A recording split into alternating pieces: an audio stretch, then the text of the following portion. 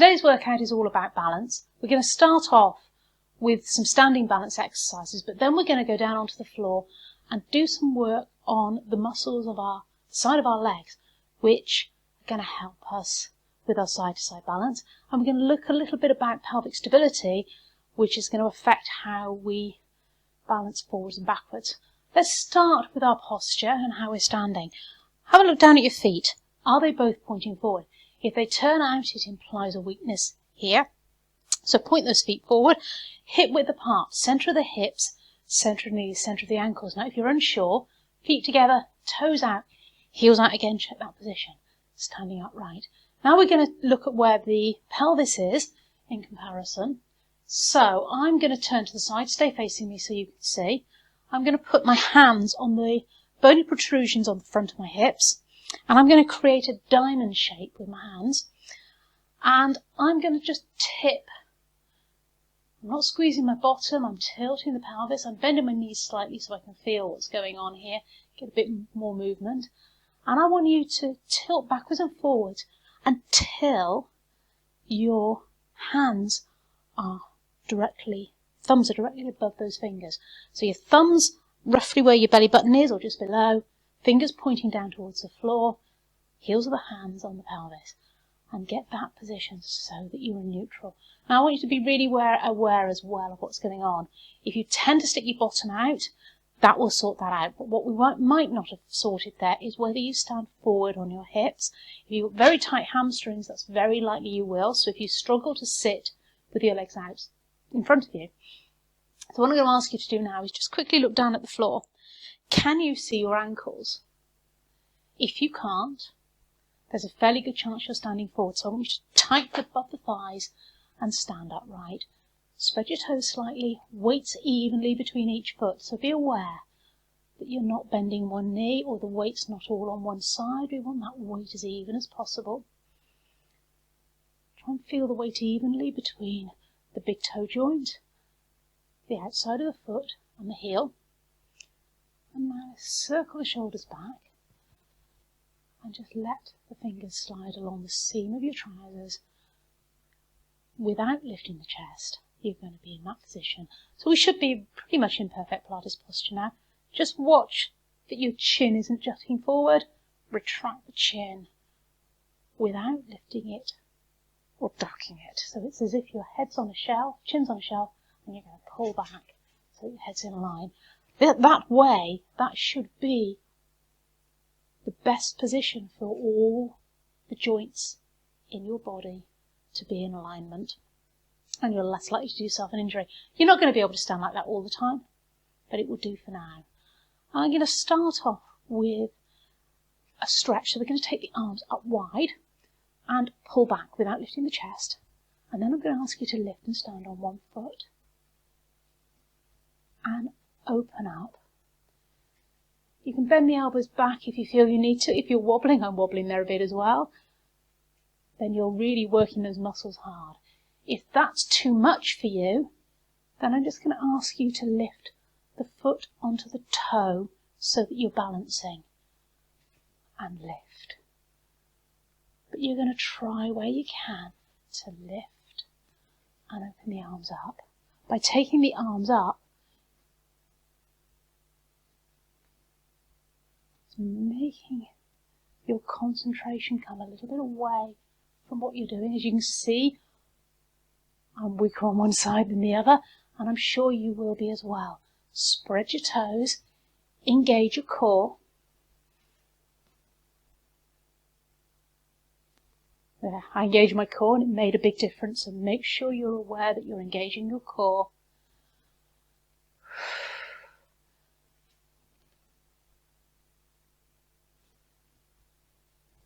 Keep on breathing throughout. Remember, with any of these exercises, if you're really struggling and you need a rest, have a rest, join back in when you want to, or hang on until we start the next exercise. Well done. Circle them back. I'm going to do an exercise here that is going to challenge these muscles. Now, important with this exercise that one, you think of your posture, that you're not standing forward on those hips or sticking your bottom out, but also that your feet stay pointing forwards. So we're not letting the toes go out to the side. And all I want you to do is step out to the side and rock. You're not lifting the foot up, it's just a rock and in. It's a rock and in. If anything, think about leading with the heel. By leading with the heel, you're going to make sure that you are engaging those muscles here. I'm going to turn sideways. You're going to feel it here. Surprising how fast those muscles start to ache. Now I'm bringing my feet together in the middle. If you find your balance is not that good and you struggle with that, then keep them hip width apart. But by bringing the feet together, we're challenging that balance just a little more. And also, it's resetting the feet to pointing forwards. Okay, you can stay with that. Again, you can rest if you need to. I'm going to take it on a level. We're going to step, bring the feet together, and then do that rock. Ooh. Step, bring the feet together, and do that rock. Remember to keep that core engaged. Step together, rock. And step together, rock. If the brain won't cope with it, just stick with the rock step. Really getting those muscles working. Step together, rock. Last one. Okay, I'm going to just take it to a hip circle. Just get a little bit of mobility in the middle of the body and release everything. If you'd rather just do a hip circle, that's fine, whatever feels good for you. The next exercise we're going to do is tandem standing, which is one foot in front of the other. So for this exercise, we're aiming for one foot in front of the other, or if I turn sideways, in this sort of position. Now, as you're doing this, I'm going to ask you to start with the feet hip width apart, engage the core, stand upright, and just slide one foot forward. Doesn't matter which foot. See if your balance is good there. If you're already wobbling, you might want to move on. Engage your core. You can hold the hips. You can put your hands into a sort of prayer position. I'm pushing my hands together to help with that balance. Now, if you're feeling good there, take that foot across until it's in front of the other and slide it back so the toe is touching the heel in front. And you're going to try and hold that best you can. If it is too much, then by all means adjust slightly forward with the foot or slightly out. Try and keep the weight evenly in both feet. Again, if it helps to put the hands, push the hands on the hips, that's good. Anyone who finds they're really, really stable there, as long as you know you're not going to injure yourself if you fall, you can try closing your eyes. I want you to have a little bit of wobble here. If you're not wobbling, you're not working the muscles. So this is really working those muscles to hold you in alignment. Okay, a little bit of a wiggle out. Excuse me. Let's change. Feet. Starting hip width apart, engage your core, weights evenly, toes spread, and take the opposite foot in front this time. Do what you need to hold or hold. Engaging that core. And if you feel that your balance is really good here, then close your eyes. I want you to feel that little bit of wobble. If you notice there's just a tiny bit of wobble, as all the muscles are just working to keep me from falling over. So really challenging those muscles. Do what you need with your arms. If it's out here feels good, that's great too. You have the option as well to take that foot slightly forward or taking the feet a little bit wider that way. But I don't want you to be 100% stable. I want to be seeing that little bit of wobble. Well done. Just give it a shake out. I'm going to do one more balance. Now this is more about thinking about what's going on with your hips and your pelvic stability. We're trying to keep the hips in alignment as we move the feet. I'm going to ask you to put your hands on your hips or feel any protrusions on the front of your hips so that you can feel what's going on. I'm going to come up onto the toes. I'll turn sideways so you can see a little bit better what I'm doing. And you're going to drop one heel and come back up. drop the other heel, and balance on the toes. Dropping one heel, balance up on the toes, and drop, and balance. Now I'm lifting up quite a long way. If you're struggling with that, make that lift a little bit smaller. It doesn't matter if it's only 1/4 of an inch or so.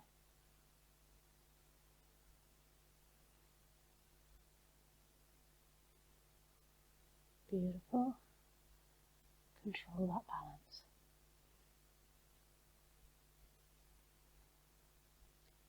Just holding up on the toes for a moment. If you're holding on for dear life, keeping that pelvis still, maybe take the arms away. This is going to be stabilising your ankles as well, so you might feel a little bit of this going on. If you do, just ease down. I've still got my heels off the floor, I've just lowered them slightly. For our Pilates roll down, you're going to chin to chest, rolling down one vertebrae at a time.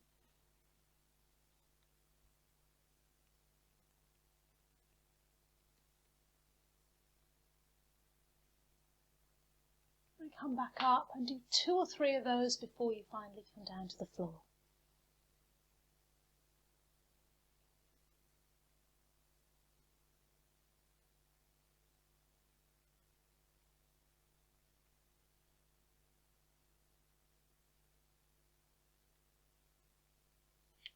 When you come down to the floor, I'm going to ask you to roll onto your side, or turn onto your side. And I want you to line yourself up so that your elbow is in line with your hip, is in line with your feet. Now you have a choice. You can either come up to this sort of position here, or if you prefer, you can come down here, stick a towel or something underneath. Try and keep that neck relaxed. Whichever position you're in, I want your upper body to be relaxed. So it isn't the head under the hand, that puts a lot of strain on your neck. You can bend the bottom leg for support. I've got my knees in alignment, the bottom foot's turned behind. If you have the legs out straight, it makes it a little bit harder. Bring this other hand in front. Watch that you're not dropping back, that you're all in alignment. And I want you to turn that hip so that the foot is parallel with the floor. So it's not turning the foot, it's coming from the hip. And you're going to lift and lower. And again, when you lift and lower, you should feel it in that same muscle that we used standing up just now. Often I see with these exercises the toe turn round. That has its place, but it's not what we're looking for here. We're looking to lift and lower. Now I'm finding that really uncomfortable on my upper body, so I'm coming down into lying position. I'm watching that I'm not folding in on myself. I'm trying to be in a nice straight line, and I'm working that muscle in my buttock, in the back of the hip area. I'm going to bring my hand in front, knee up, and I'm going to bring the knee up towards that leg. I'm going to straighten it out, and I'm going to lift and lower. And watch that you're not allowing that hip to drop back. So you're leading with the heel, and it isn't by twisting the foot, it's by twisting at the hip. The knee is relaxed. Keep it soft as you lift. Now, as you're doing this as well, be really aware what's going on with your upper body. It should be as still as possible. Try and avoid the spine dipping such that the waist comes down to the floor. And when you've had enough, drop that knee in front. Give it a bit of a tap if you want, or a bit of a rub, just to relax the muscle. We're going to roll onto our back, and we're going to do a little bit of pelvic stability. You might want to watch briefly what I'm doing here. You don't want anything under your head for this exercise. Just lengthen the neck and keep that stretch. Legs out to the side. You're going to bring the feet fairly close to the body, still hip width apart. And I want you to lift the pelvis up off the mat. And we're going to try and keep that pelvis as still as possible. So I'm going to ask you just to place your fingers on there. We're not really leaning on the elbows. They can rest on the floor, but watch that you're not leaning on them. And what I want you to do is test your stability. So I'm not lifting the leg high. I just want you to lift the heel off the floor. My toe stays on the ground, and I'm going to drop that heel. And I'm going to try the other side. So at the moment, my weight's just gone into my toes, and I'm keeping that pelvis still. So that's working nicely. Now I'm just going to hover that foot slightly. And I'm going to really use my core and the muscles in my buttocks and all around this area in order to keep that as stable as possible. So again, just float that foot 1/2 inch off the floor and release. If you're finding that really easy, you can lift the leg higher, but I'm going to suggest that you really check first that you can do this. So we're going to do that 2 or 3 times on each side. Hold it as long as you can and release. Now if you put your elbows down, you're going to be using your elbows for stability, so try and keep those elbows off the floor, keep the weight off the elbows. Make that all about your core. And release. If it gets too much in between, you need to rest down, please do. And release. Whoa, that's hard work. And the other side. And when you've had enough, rest down. If you need to, hug your knees into the chest. Just give your back a little bit of a relax. Maybe rock it round. And we're going to roll onto the other side and do the same with the legs. I suggest you turn to the other end of the mat so you can still watch the screen. So again, starting off in a straight line, elbow in line with the hip, leg straight. Bend the bottom knee underneath if you need to. That arm's going to be out in front because we're going to come up with a knee later. I'm going to go straight down. Make sure that neck's relaxed, that you've not jackknifed yourself in the middle. Watch that you've not allowed that hip to drop back, and you're going to lift and lower. So you're leading with the heel, but it's twisting from the hip, not from the ankle or the knee. You're feeling it here. Weight's forward on that arm. Hips are stacked, knees are stacked. You're not allowing the waist to drop to the floor. Okay, now let's take it in, straighten. You're going to find a little bit of movement happens here with the waist, probably. You don't have to touch the elbow, just aiming towards. And once you've had enough, bring that knee in and rest. Give it a stretch out.